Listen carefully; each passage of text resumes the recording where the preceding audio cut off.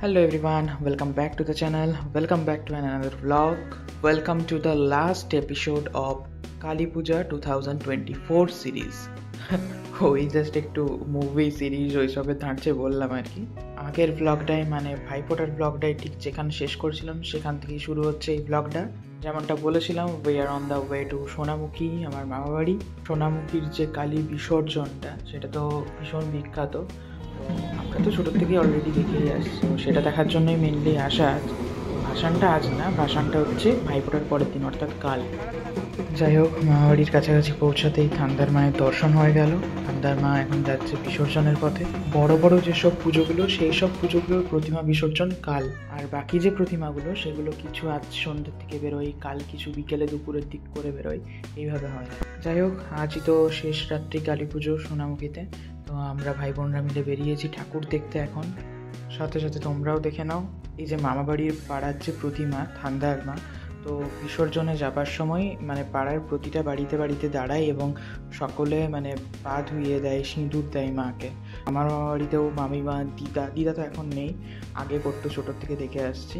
এখন মাইমা করে, পা ধুইয়ে দেয় আর কি।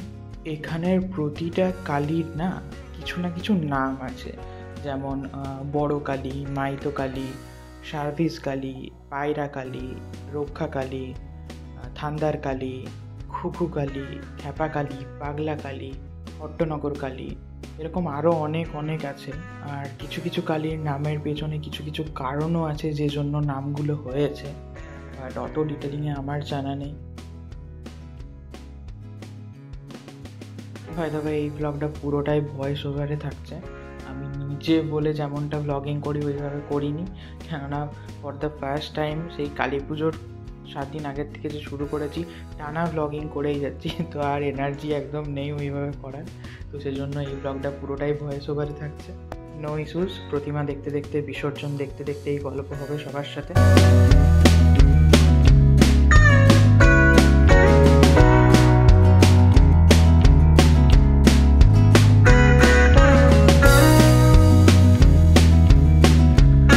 বিকেল এখন প্রায় 5:30-6টা হবে, আর আমরা এখন বেরিয়েছি ভাই বোনরা মিলে। তো আগে বড় কালী মায়ের সামনে এসেছি, বড় মাকে অলরেডি মন্দির থেকে বের করে দিয়েছে এবং যেমনটা দেখতে পাচ্ছ শোভাযাত্রার প্রস্তুতি হচ্ছে। এরপর বেরোবে শোভাযাত্রাটা। সব যে কালী প্রতিমা টোটাল 21টা বা 22টা আই থিঙ্ক, প্রতিটা কালী প্রতিমাই চৌমাথায় যাবে এবং আজ বিকেল সন্ধে করে যে বেরোচ্ছে 5:30-6টা করে, এটা একদম বিসর্জন হবে কিন্তু সেই কাল দুপুরের দিকে। মানে এই যে গোটা টাইমটা, এই পুরো টাইমটা ধরে এই প্রতিমাগুলো গোটা সোনামুখী ভ্রমণ করবে। এই হচ্ছে হট্টনগর কালী, এই মাও বেরিয়ে গেছে মন্দির থেকে। এরপর আমরা যাচ্ছি মাইতো মায়ের বরণ দেখতে, হবে কিনা এখন জানি না, দেখা যাক। এই যে সামনেই, বহুত দেরি। কোথায় যাবি? রক্ষাকালী? রক্ষাকালীকেও এখনো বের করেনি, এখনো মন্দিরেই আছে। আমরা এবছর একটু তাড়াতাড়ি বেরিয়ে গেছি। কোনো ঠাকুরকেই এখনো বের করেনি, বড় কালীকে আর হট্টনগর কালীকে একমাত্র দেখলাম বের করেছে। ছোটোর থেকেই যে বছরই বিসর্জনে আসি সারা রাত জেগেই প্রায় ঠাকুর দেখা হয়, মানে বিসর্জন যাত্রা দেখা হয় আর কি। এটাই হচ্ছে ফার্স্ট কালী প্রতিমা যেটা মামাবাড়ির পাল দিয়ে প্রথম বের হয় আজকের দিনে। সব প্রতিমাগুলোই প্রায় বের হয়, এইটা ফার্স্ট, এটা হচ্ছে মুরুলি কালী।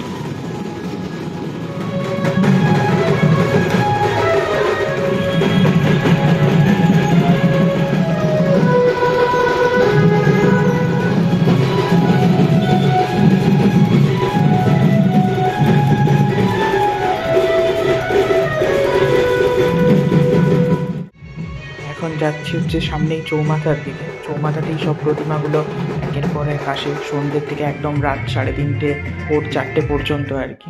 তো বেরোনোর সময় ফার্স্ট আর কি চৌমাথাতেই আসে, তারপর তো সারা রাত, সারা সন্ধ্যে, কাল সারা সকাল, সারা বেলা পুরো সোনামুখী মানে ঘুরে আর কি প্রতিমাগুলো। আর আতশবাজি যেটা হয় সেটা জাস্ট দেখার মতো হয়, তাও তো এবারে অনেকটাই কম, মানে নিষেধ আছে বলে অনেকটাই কম করেছে। অনেকটা কম মানে পুরোই প্রায় বন্ধ বলতে গেলে। এটা যেটা দেখছো এটা জাস্ট 100%-এর মধ্যে 10% হয়তো হবে।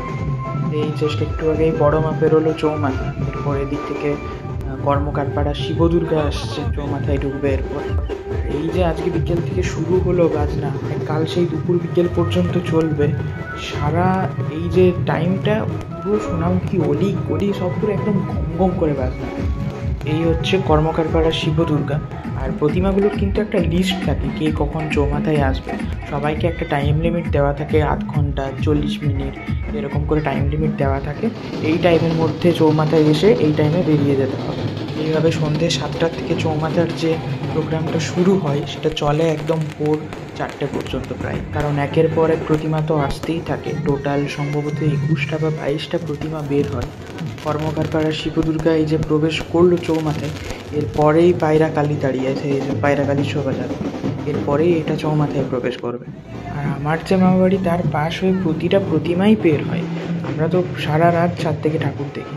আমাদের মানে এরকম বাড়ি ছেড়ে না গেলেও হচ্ছে চৌমাথাতে ঠাকুর দেখার জন্য। তবে আতশবাজিটা দেখার জন্য চৌমাথাতে যেতে হয়। তবে এই যে কালী আসছে এখন, সত্য কালী মামাবাড়ির পাশ দিয়ে বেরোচ্ছে, এই যে কালী পূজা কমিটি, এটা বেশ কিছু আতশবাজি এই সামনের মোড়টাতেই ফাটায় আমাদের। এখানে একটা গল্প বলি, এখন প্রায় ওই 10:30 হবে ঘড়িতে। এই জিনিসটা প্রতি বছরই হয়। এই কালীটা এরকম 10:30 পৌনে 11টার সময়তেই আসে। আমরা দুপুরেই ঠিক করে রাখি যে এই টাইমের আগেই খেয়ে নেবো, সেই জন্য খাবার দাবারও বাড়িতে মানে বিকেল সন্ধ্যের মধ্যে তাড়াতাড়ি করে নেয়, যাতে এই কালীটা মানে এখানে আসার আগে খাওয়া হয়ে যায় আমাদের অলরেডি। বাট প্রতি বছর এই জিনিসটাই হয়, আমরা টেবিলে বসবো, আমরা খাচ্ছি, আর এই কালী অলরেডি এখানে এসে ঢুকে গেল, ব্যাস। এবার কিছুটা মিস হয়ে গেল। এবারেও ঠিক তাই হয়েছে, এই যে আতশবাজিটা এইখানে ফাটিয়েছে পুরো মিস করে গেলাম। আমরা চলে এসেছি এখন চৌমাথাতে মাইতো মায়ের নাচ দেখার জন্য। আর এই গল্পটা বলতে বলতেই যে কালী প্রতিমাটা চৌমাথা ক্রস করলো সেটা হচ্ছে হট্টনগর মা, তারপর বেরোলো ভদ্রকালী, এরপর আসছে মাইতো মা। চৌমাথাতে এই মায়ের নাচ দেখার জন্য এই সময় এই জায়গাটাতে প্রচণ্ড ভিড় হয়।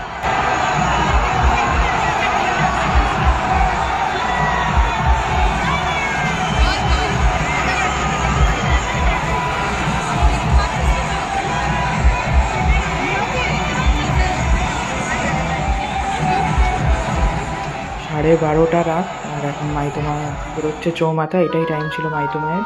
এরপর চৌমাথায় এই কালী প্রবেশ করছে, সত্যকালী। সত্যকালীর জাস্ট পিছনেই দাঁড়িয়ে আছে মধু শিবের বিসর্জন শোভাযাত্রাটা। সত্যকালীর পর এটা চৌমাথায় প্রবেশ করছে।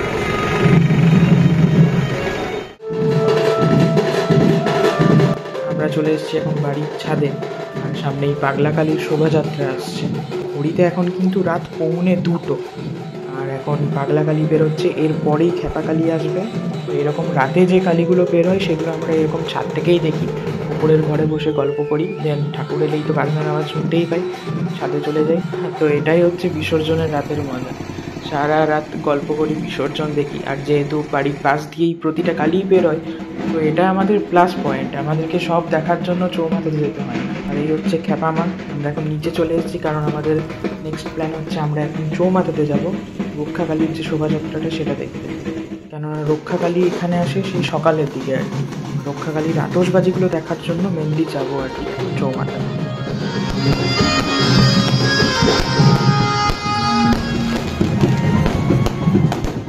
আর এই হচ্ছে সার্ভিস কালী, চৌমাথা পেরিয়ে এখন এদিকে আসছে।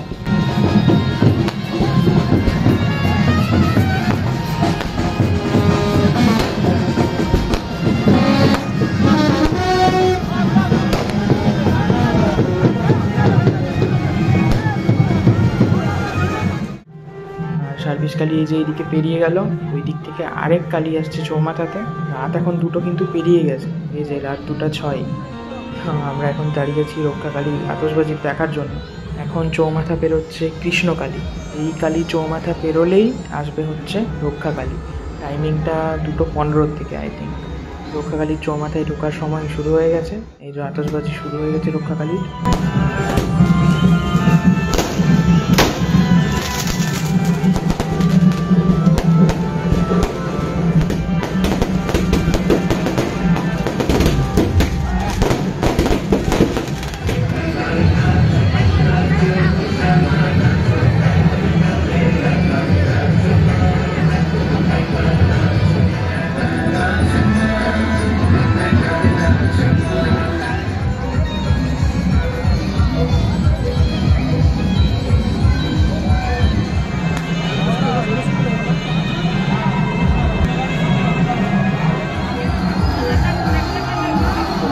বেরিয়ে গেল চৌমাথা, আর আমরাও এখন বাড়ি চলে যাচ্ছি। এদিকে সার্ভিস কালী গাড়ি আছে, আর তার ঠিক উল্টো দিক থেকেই এই আরেক কালী আসছে, চৌমাথাতে যাবে এরপর।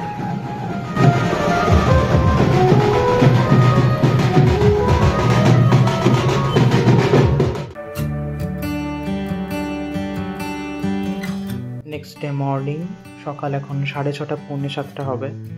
আর অলওয়েজ প্রতিবারই এই সকালের ঘুমটা ভাঙে বড় মায়ের আসার বাজনা শুনে। হয় বড় মায়ের বাজনা শুনেই ভেঙে যায়, আদারওয়াইজ কেউ এসে ডেকে দেয় যে বড় মা আসছে। আর এবারেও তাই, রাতে তো ঘুমিয়েছি ওই 3.5 ঘন্টা 3 ঘন্টার মতো, কেননা বাড়িতে এলামই চৌমাথা থেকে 3:15 ওরকম টাইম। আর এখন ঘুম থেকে উঠেই বেড থেকে ডিরেক্ট চলে এসেছি সবাই মিলে গেটের সামনে বড় মাকে দেখার জন্য। ফ্রেশ হওয়া পরে হবে।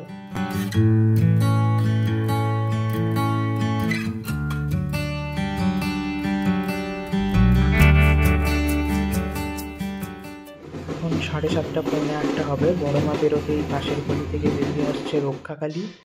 রক্ষাকালী ঢুকেছে পাশের গলিটার থেকে, রক্ষাকালী বেরোলো,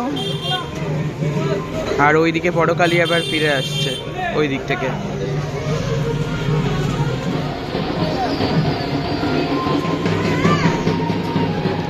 আমরা সবাই গেটে বসে আছি, এখন পরপর বেরোবে সব ওই জন্য দেখার জন্য। আর এটাই আমাদের প্লাস পয়েন্ট বা এক্সট্রা মজা। বাড়িতে গেটে বা ছাদের উপরে বসে থাকো, প্রতিটা প্রতিমাই দেখতে পাবে, একের পর এক যাবে প্রসেশন নিয়ে।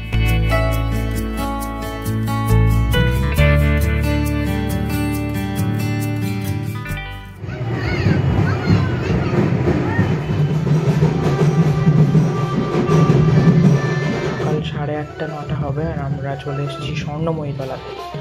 এই স্বর্ণময়ীতলাতে রাতে যেমন চৌমাথাতে প্রতিটা কালী একের পর এক আসে, সেরকমই আজকের দিনে সকালে স্বর্ণময়ীতলাতে কালী প্রতিমাগুলো একের পর এক আসবে। তারপর এখান থেকে বিসর্জনের ঘাটের দিকে বেরোবে, রওনা দেবে আর কি।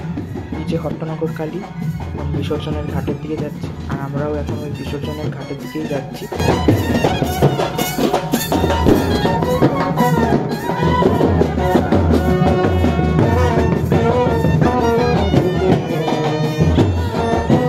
যদিও বিসর্জন হতে বহুত দেরি, দুপুর বিকেল হয়ে যায়, কিছু কিছু কালী প্রতিমা তো প্রায় সন্ধে নাগাদ জলে পড়ে।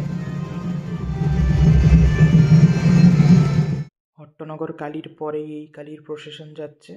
আর এদিকে স্বর্ণময়ীতলাতে এই কালীটার জাস্ট প্রসেশনটার পিছনেই ঘুঘু কালীর প্রসেশনও চলে এসছে। তো আমরা এখন বেরিয়েছি এবছরের মতো শেষবারের জন্য মাইতো মায়ের দর্শন করতে। আর এই যে বাইরা কালী, আর প্রতিটা অলি গলিতে তো এখন ঠাকুরের প্রসেশনগুলো ঘুরছে, ওই জন্য গলিগুলো বেরোতে পারছি না। ফাইনালি এই গলি ওই গলি করে মাইতো মায়ের প্রসেশনের কাছে এসে পৌঁছেছি। আর এখানে একটা জিনিস খেয়াল করবে ভালোভাবে, মাইতো মাকে কিন্তু এইভাবে কাঁধে করে নিয়ে যাওয়া হয়, আর কোনো কালীকেই এইভাবে হয়তো কাঁধে করে নিয়ে যাওয়া হয় না। তবে মা যখন ছোট ছিল তখন নাকি সব কালীকেই এইভাবে কাঁধে করে নিয়ে যাওয়া হতো, মায়ের কাছে যেটা শুনেছি। এখন শুধুমাত্র মাইতো মাকেই এইভাবে নিয়ে যাওয়া হয়, আর কোনো কালীকে নিয়ে যাওয়া হয় কিনা ঠিক জানা নেই। তবে বড় কালী, রক্ষা কালী, এই কালীগুলোকে সব গাড়িতে করেই নিয়ে যাওয়া হয়। চলে এসেছি বাড়ি, আর এখন প্রায় 12:30 পৌনে 1টা বাজে। আবার এখানে একটা কালী এখন বেরোচ্ছে। এরপরেও আরও 2-3টে কালী বেরিয়েছে, বাট সেগুলো আর রেকর্ড করা বা ক্যাপচার করা হয়নি। এই ব্লগটা এখানেই শেষ করছি। আশা করছি বিসর্জনের এই ব্লগটা ভালো লেগেছে। ভালো লাগলে please do like, comment, share and subscribe.